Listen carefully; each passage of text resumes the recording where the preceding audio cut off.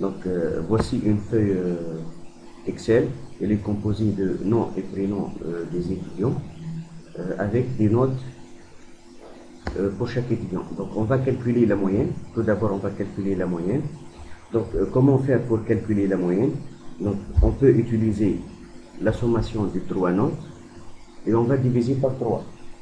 Exemple, on va utiliser la fonction somme. On va sommer les 3 notes. Puis, on va diviser par 3.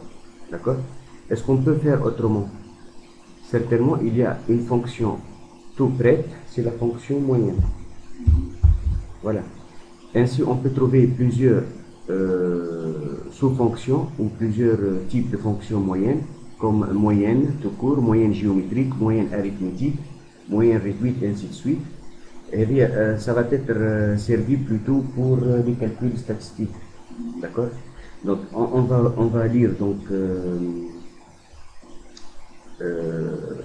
la description de cette fonction. Elle renvoie la moyenne. C'est une espérance arithmétique des arguments qui peuvent être des nombres, des noms, des matrices ou des références. Donc, elle a plus de champs d'utilisation, la fonction moyenne. Alors, je vais l'utiliser. Donc, moyenne, parenthèse. Donc, je vais donner une suite de nombres. Ce sont les 3 notes. Je ferme les parenthèses et je valide par la touche entrée. On voit bien donc la moyenne 11,33. D'accord? Alors, je vais arrondir la moyenne sur 2 chiffres après la virgule. Et puis, je vais recopier la moyenne sur toute la liste des étudiants. Ok? Donc, voici la liste des moyennes. Ensuite, on va faire apparaître le résultat de chaque étudiant. D'accord? Je vais commencer par afficher un résultat simple. C'est que si l'étudiant il a une moyenne supérieure ou égale à 10, il sera admis. Sinon, il sera refusé.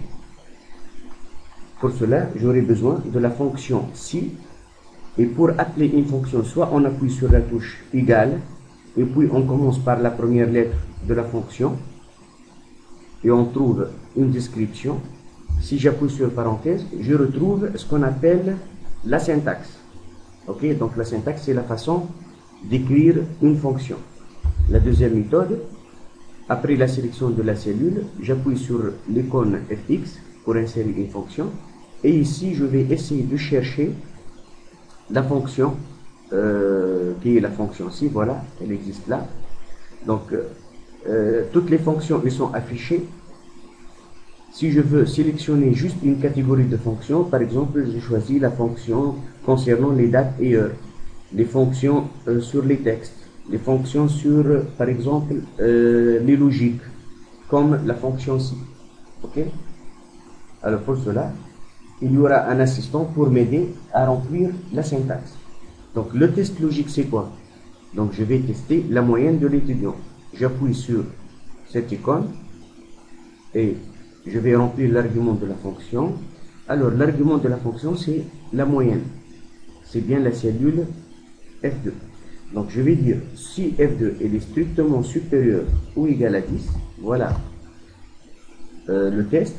Maintenant, la valeur, c'est vrai. Si la valeur elle est vraie, donc je n'ai pas une référence à rappeler, mais justement, je vais écrire un texte et pour cela, je vais le mettre entre double quotes. Donc, je vais écrire si la moyenne est strictement supérieure à 10, c'est l'étudiant, il est admis. C'est bon? Sinon, donc, on va afficher refusé. On va voir le résultat. Voilà. Ma fonction, elle répond correctement pour le premier étudiant avec une moyenne 11,33. Je vais recopier la fonction. Et bien, donc, le résultat des autres étudiants sera affiché. Ok? Alors, on va faire quelque chose un peu plus avancé. Pour cela, on va faire appel aux conditions, ce qu'on appelle les conditions imbriquées. C'est-à-dire, on va faire une condition sous une autre condition. Dans ce cas, on va diviser le résultat en 3 cas. Le premier cas, les étudiants ayant une moyenne supérieure ou égale à 10, ils seront comptabilisés admis. Si la moyenne elle est strictement inférieure à 10, il y aura 2 cas. Soit l'étudiant il sera racheté, soit il sera refusé à partir d'une barre de rachat. Alors, je vais réécrire la fonction Maintenant, je vais dire, si la moyenne, c'est F2, il est strictement supérieur à 10, alors il sera admis. Maintenant, dans la partie, la valeur s'il faut, la partie sinon, il y a deux cas, soit refusé, soit rejeté. Donc ici, je vais faire appel à une autre condition dans la partie valeur s'il faut. Alors, je vais appeler si, parenthèse, comme toujours le test logique, donc c'est le F2, donc c'est la moyenne, voilà, il a été surligné. Si la moyenne F2, maintenant, elle est strictement inférieure à 10, automatiquement, l'étudiant, il sera refusé. Ok? Sinon, il sera racheté. Et dans ce cas, il ne faut pas oublier le dernier parenthèse exactement. Et dans ce cas, donc, la barre de rachat, c'est 9. Ok? Je valide. Voilà. Je dois recopier ma fonction. Hop. Bon, j'ai pas trouvé des gens qui sont rachetés, mais je vais le faire. Celui-là, il n'est pas racheté. Non plus. Alors, celui-là, je vais encore diminuer la valeur, refuser.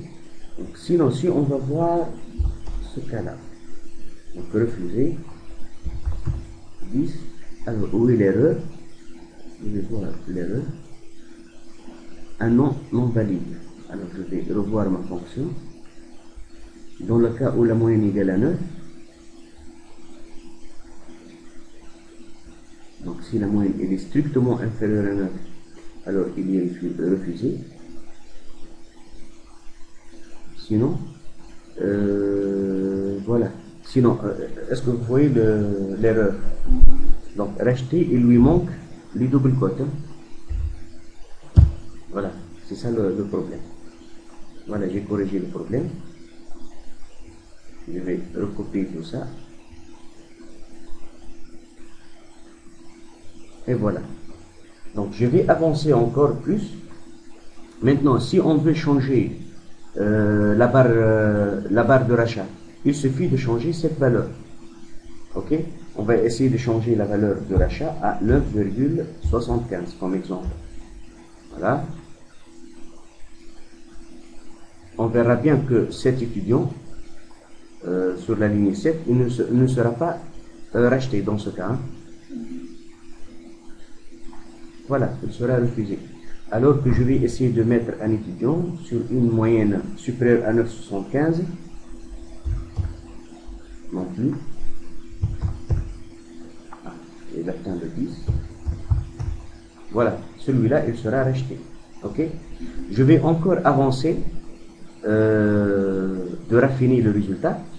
Ayons 4 cas. Le premier cas sont les étudiants refusés qui ont une moyenne strictement inférieure à la barre de rachat. Le deuxième cas, ce sont les étudiants rachetés dont leur moyenne est comprise entre la barre de rachat et la valeur de 10. Ensuite, pour les admis, je vais décomposer les étudiants ayant une moyenne strictement supérieure ou égale à 10. En deux cas, ce sont les étudiants admis passables qui ont une moyenne supérieure ou égale à 10 et inférieure à 12. Les autres qui ont des moyennes supérieures à 12, ils seront comptabilisés, admis avec mention pour préparer leur certification. Alors, pour cela, j'aurai besoin de faire appel à quelle partie? Donc, sur quelle partie? Sur la partie des étudiants admis. Ok? Donc, dans cette partie, je dois décomposer le résultat en deux cas. Pour décomposer le résultat en deux cas, il faut faire appel à la fonction si. Excellent.